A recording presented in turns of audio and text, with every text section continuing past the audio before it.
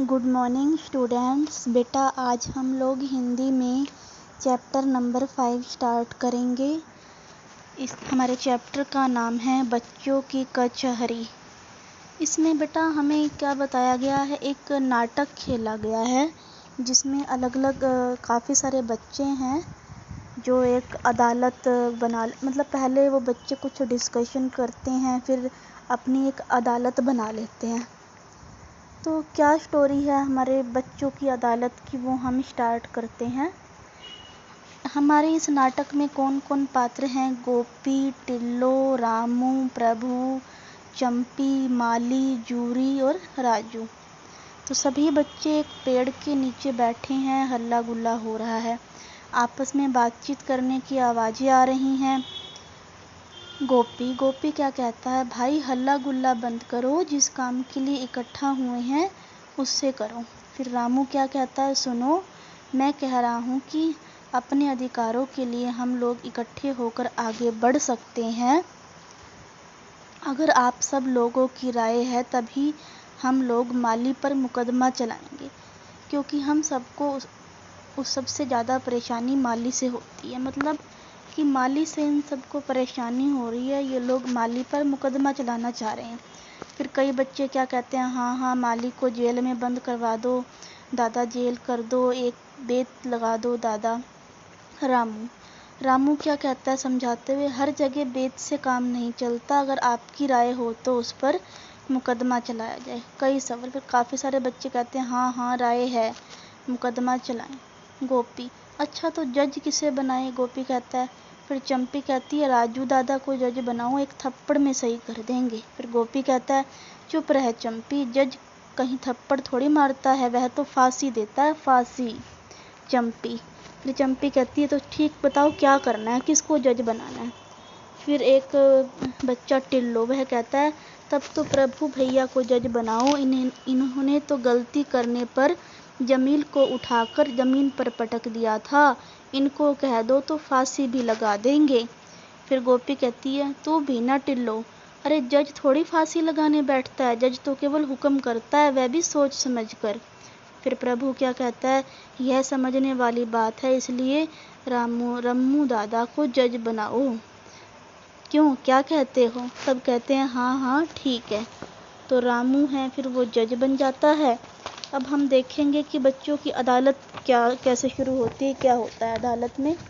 रामू जो जज बना था वो कहता है, ऑर्डर, अदालत की कार्यवाही शुरू की जाए। टिल्लो देवी आपको क्या कहना है? फिर टिल्लो क्या कहती है, रामू दादा, अरे नहीं जज साहब, बात यह हुई कि हमने मेले में से एक गुड़िया खरीदी थी, उसके बालों में लगाने के लिए हमने बाग से गुलाब का केवल एक फूल तोड़ लिया था, इसके लिए माली ने हमको बहुत डांटा, बाबूजी से शिकायत कर देंगे। क्या यह अन्याय है जज साहब? बिल्कुल अन्याय। इसके बाद क्या हुआ, रामू क्या कहता है, माली को अदालत में पेश किया जाए। राजू, गोविंद माली हाजिर है जज साहब। फिर माली जो है, गोविंद माली, वो हाजिर हो जाता है, सब एक साथ। ये जनाब हैं, मतलब ये माली है। माली हैरान होते हुए, क्या बात है छोटे सरकार? फिर पूछता है माली की क्या बात हो गई? रामू कहता है, क्या तुमने टिल्लो को अपनी गुड़िया के लिए केवल एक फूल तोड़ने से ही डांटा था? माली, नहीं छोटे सरकार, बिटिया कली कली तोड़ के फेंकती रही तो हमने मना कह दिया। मतलब वो कहता है माली कि मैंने एक फूल तोड़ने पर नहीं मारा उसको, वो तो कली कली मतलब बहुत सारे फूल तोड़ती रही, तब मैंने उसको डांटा। फिर रामू हथौड़ा ठोकते हुए कहता है, मना कह दिया? अरे क्यों मना कह दिया भाई, बहुत सारे फूलों को बेकार में नहीं तोड़ना चाहिए, पर टिल्लो ने तो गुलाब का एक फूल तोड़ा, और वह भी अपनी गुड़िया के बालों में लगाने के लिए। अब बताओ, अगर बच्चे फूलों से नहीं खेलेंगे तो कौन खेलेगा?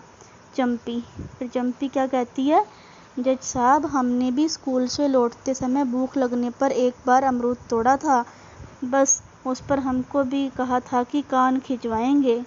गोपी, हाँ दादा, अरे नहीं जज साहब, हमको भी गोविंद माली ने बाबूजी से डांट खिलवाई थी। मतलब सारे के सारे जो है वो माली की शिकायत करने लग गए। फिर रामू कहता है, ऑर्डर, मैं कहता हूँ कि मिस्टर गोपीनाथ, आप टिल्लो देवी के वकील की हैसियत से हैं कि आपको खुद की भी शिकायत है। फिर गोपी क्या कहता है, जी नहीं, जी हाँ, मुझे जो चाहिए कहिए, जो समझिए, मैं तो वकील भी हूँ और फरियादी भी। जज साहब, केवल एक गुलाब और एक अमरूद पर डांट भी खाओ और शिकायत की भी धमकी भी सुनो, यह तो सरासर नाइंसाफ़ी है। सभी बच्चे कहते हैं फिर गोविंद माली को सजा दी जाए। रामू क्या कहता है, ऑर्डर ऑर्डर। माली, तुमको क्या कहना है इस बारे में? फिर माली से पूछा जाता है कि तुमको क्या कहना है इस बारे में। माली, अब छोटे सरकार हम का कहीं, बड़े सरकार रोजे फूल गिनत हैं, जब फूल गायब रहत हैं बड़े सरकार उनका हिसाब मांगत है। तो माली कहता है कि जब मुझसे बड़े सरकार फूल गिनवाते हैं तो फूल कम मिलते हैं तो मुझे भी डांट पड़ती है, इसलिए मैं फूल नहीं तोड़ने देता। फिर रामू कहता है, कुछ नहीं, तुम अब ये फिजूल की बातें कर रहे हो। फिर रामू कहता है कि तुम तो फिजूल की बातें कर रहे हो। फिर चंपी कहती है, जज साहब, फूल और फल बच्चों के लिए नहीं है तो क्या बूढ़े लोगों के लिए हैं? फिर गोपी क्या कहता है, माली झूठ बोलता है, बाबूजी तो कुछ नहीं कहते, यही जनाब हम लोगों पर अपनी साहबी जमाते हैं। मतलब सारे अपनी अपनी बात रखते हैं माली के खिलाफ। रामू क्या कहता है, ऑर्डर ऑर्डर। क्या साहबी वाली बात सही है माली साहब? मेरा मतलब है माली जी, क्या तुम्हारा कोई वकील है? माली, सरकार हमार कौन वकील है, जोन कहित है मान लेव तो मान लेव है, ना ही तो फिर यही समझी लेव कि हम झूठ कहित हैं। सब बच्चे क्या कहते हैं, हाँ हाँ झूठ है, बिल्कुल झूठ है। फिर रामू क्या कहता है, अच्छी बात है, हर एक आदमी ने इनकी और टिल्लो देवी की बातें सुन ली, अब जूरी की क्या राय है? जूरी क्या कहती है, इनको बाग निकाला दिया जाए, कि माली को बाग से निकाल दिया जाए, जिसके तहत ये आजीवन बगीचे में न आ पाए और ये कभी भी बगीचे में ना आ पाए। तो सब बच्चे कहते हैं हाँ ठीक है ठीक है।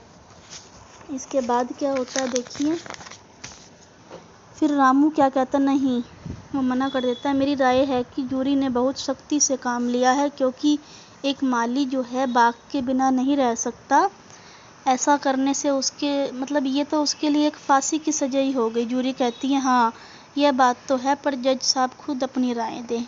फिर जज साहब को कहते हैं कि वो खुद अपनी राय दे। फिर माली क्या कहता है, छोटे सरकार आप लोग जोन जोन कही हैं तोन तोन हम कर, चाहे तो इस दफ़े माफ़ कर दो। तो माली कुल मिला के कहता है कि मुझे इस बार माफ़ कर दो। जूरी कहती है नहीं नहीं, हरगिज़ माफ़ नहीं किया जाए, हम सब लोग क्या कहते हैं, सब बच्चे, हरगिज़ माफ़ नहीं किया जाए। सारे कहते हैं कि मालिक को माफ़ नहीं करना चाहिए। रामू जो कि जज है वो बहुत सोच समझ कर कहता है, शांत शांत, सबको चुप करवाता है और बड़े सोच समझ कर कहता है कि मैं मालिक को यह सज़ा सुनाता हूँ कि वे हम लोगों को इस हफ्ते 50 अमरूद ला कर देंगे, जिन्हें हम लोग आपस में बांट कर खाएंगे। सब बच्चे वाह वाह, सभी ताली बजाते हैं। रामू, और मैं दूसरी बात यह कहना चाहता हूँ कि आइंदा जब कभी भी वे बाग में रहें तब तक हम लोग वहाँ ना आएं। अगर जाएं तो उनसे आँख बचा कर जाएं, अगर वे कभी हमें देख भी ले तो उसे अनदेखा करें। और हाँ, सबसे ज़रूरी बात, एक बात और, कि फूल और फलों को हम केवल उतना ही तोड़ें जितना हमें ज़रूरत हो। यदि हम ऐसा नहीं करते तो हमारी गलती माना जाए। सब लोग वाह वाह, वेरी गुड। तो सभी जो हैं रामू के फैसले पर ताली बजाते हैं। रामू शांत, जी हाँ, इतवार को हम लोगों की छुट्टी रहती है, इसलिए मैं सप्ताह में केवल इतवार को जूरी द्वारा बाग निकाले की सज़ा को बरकरार रखता हूँ। सब लोग बहुत अच्छा, वाह वाह। रामू, फिर रामू क्या कहता है, सब लोग बहुत खुश हैं। माली दादा आप भी खुश रहें कि आपको आजीवन बाग निकाले की सज़ा नहीं सुनाई गई। माली को भी कहते हैं कि आपको आजीवन तो बाग से निकालने की सज़ा नहीं सुनाई गई, इसलिए आप भी खुश रहें। माली क्या कहता है फिर उसके बाद क्या होता है, माली एक लंबी सांस लेकर कहता है, कहाँ कही छोटे सरकार, जोन जोन बात हमका कहे वो तो हमारे लिए कच्ची फांसी गई, और कहाँ कहीं। माली कहता है कि जो जो आपने बात हमें कही है वो हमारे लिए एक कच्ची फांसी की तरह ही है। रामू क्या कहता है फिर, जो कि जज है, माली दादा को यह सज़ा फांसी न लगे, इसके लिए हम सबको भी माली दादा पेड़ पौधों और फल फूलों का ध्यान रखना होगा। क्या आप सब मेरी इस बात से सहमत हैं? फिर सारे क्या कहते हैं, पूरी तरह सहमत है। फिर तेज आवाज़ में क्या कहा जाता है, रामू दादा की जय, मतलब जज की जय। यह फैसला सुनकर माली दादा भी मुस्कुराते हैं। और पर्दा गिरता है। तो बेटा ये नाटक हमारा यहीं ख़त्म होता है। आप खुद भी इस चैप्टर को अच्छे से रीड करेंगे और इसके बाद नेक्स्ट क्लास में हम इस चैप्टर की एक्सरसाइज कर लेंगे। Thank you and have a nice day.